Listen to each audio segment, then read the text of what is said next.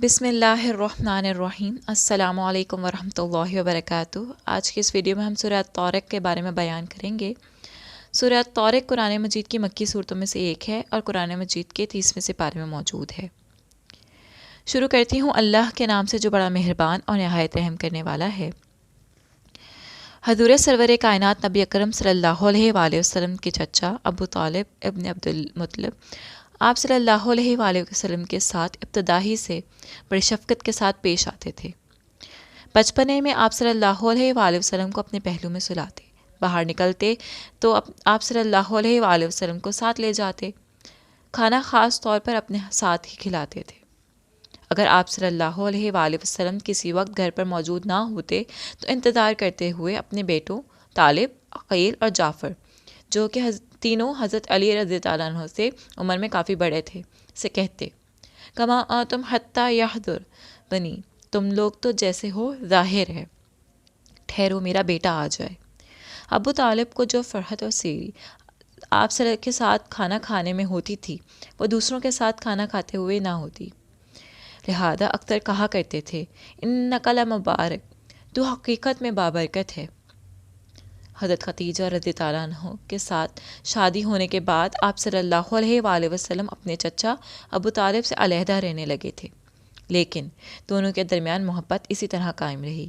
کو ابو طالب نے بھتیجے کی دعوت حق کو قبول نہ کیا تھا، لیکن ساتھ ہی نہ تو کبھی انہوں نے آپ صلی اللہ علیہ وآلہ وسلم کو دعوت حق دینے سے روکا اور نہ کبھی اظہار ناراضگی کیا۔ ابو طالب کے کمسن صاحبزادے حضرت علی رضی اللہ عنہ آپ صلی اللہ علیہ وآلہ وسلم پر ایمان لے آئے، اس پر بھی ناراضگی اظہار پسندیدگی نہ کیا۔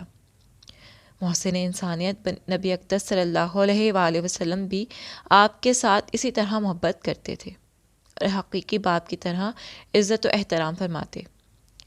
انہی دنوں کا ذکر ہے کہ ایک شب ابو طالب کوئی چیز آپ صلی اللہ علیہ وآلہ وسلم کے لیے لائے۔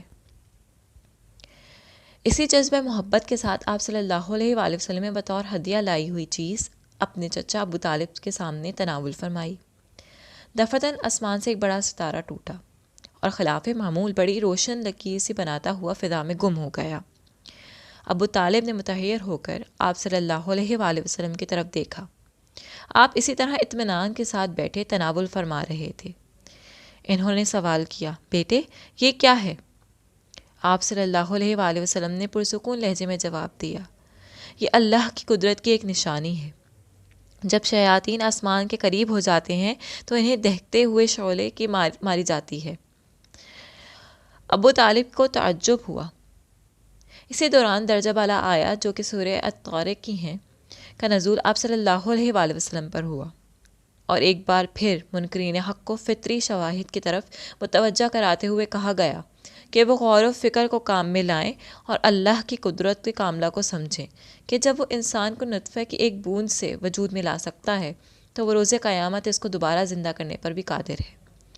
اور یہ بھی واضح طور پر بتا دیا گیا کہ ہمارے نبی صلی اللہ علیہ وآلہ وسلم جس کلام کو پیش کر رہے ہیں یہ کوئی لغو کلام نہیں بلکہ قطعی اور ایک قول فیصل ہے۔ اگر اس پر بھی تم مخالفت پر آمادہ ہو تو تم اپنی تدبیروں کو جو اللہ کے نبی صلی اللہ علیہ وآلہ وسلم کے خلاف کرتے رہتے ہو برے کار لے آؤ، پھر ہم اپنی تدبیریں کریں گے، تم کو حقیقت معلوم ہو جائے گی۔ ان تمام واضح احکامات کے باوجود مشرکین قریش آپ صلی اللہ علیہ وآلہ وسلم کی مخالفت میں ہمہ وقت ہی مصروف رہتے۔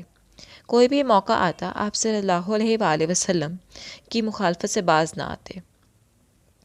یہی ایام تھے کہ سرور دین نبی اقدس صلی اللہ علیہ وآلہ وسلم قبیلہ بنی ثقیف میں پیغام حق کی تبلیغ کے لیے تشریف لے آئے۔ ایک مقام پر آپ صلی اللہ علیہ وآلہ وسلم نے دعوت حق کو پیش فرماتے ہوئے درجہ بالا سورہ مبارکہ کو لوگوں کے سامنے پڑھا۔ خالد بن ابو حبل عدوانی بھی ابھی مسلمان نہ ہوئے تھے، سامعین میں شامل تھے۔ انہوں نے آپ صلی اللہ علیہ وآلہ وسلم کے زبان مبارک سے سن کر ہی ان آیات ربانی کو یاد کر لیا۔ دوسرے لوگ بھی اس کلام کی تلاوت سے بڑے متاثر ہوئے۔ بعد میں لوگ خالد بن ابو حبل سے اس کلام کے متعلق معلوم کرتے رہتے تھے کہ چند مشرکین قریش بھی وہاں پہنچ گئے، اور جب انہیں یہ کہتے ہوئے سنا کہ یہ کلام حق ہے تو فوری بول پڑے، اگر یہ کلام حق ہوتا تو ہم سب سے پہلے اس کو تسلیم کر چکے ہوتے، اور پھر نہ جانے کیا کیا آپ صلی اللہ علیہ وآلہ وسلم کی مخالفت میں کہتے رہے، نعوذ باللہ۔ از مشرکین و منکرین آپ صلی اللہ علیہ وآلہ وسلم کی مخالفت میں مصروف تھے، اور آپ صلی اللہ علیہ وآلہ وسلم دعوت حق عام کرنے میں مصروف۔ ان کی مخالفت سے آپ صلی اللہ علیہ وآلہ وسلم کے عزم کو روز بروز جلا ہی مل رہی تھی۔ آپ صلی اللہ علیہ وآلہ وسلم کی ہمت بلند تھی آسمان کی طرح، اور روشن تھی شہاب ثقافت کی مانند کہ جو تاریکی میں بھٹکتے ہوئوں کو منزل کی نشاندہی کرتا ہے۔ صدق اللہ العظیم، جزاک اللہ خیرہ۔ Subscribe for more and stay tuned. اللہ حافظ۔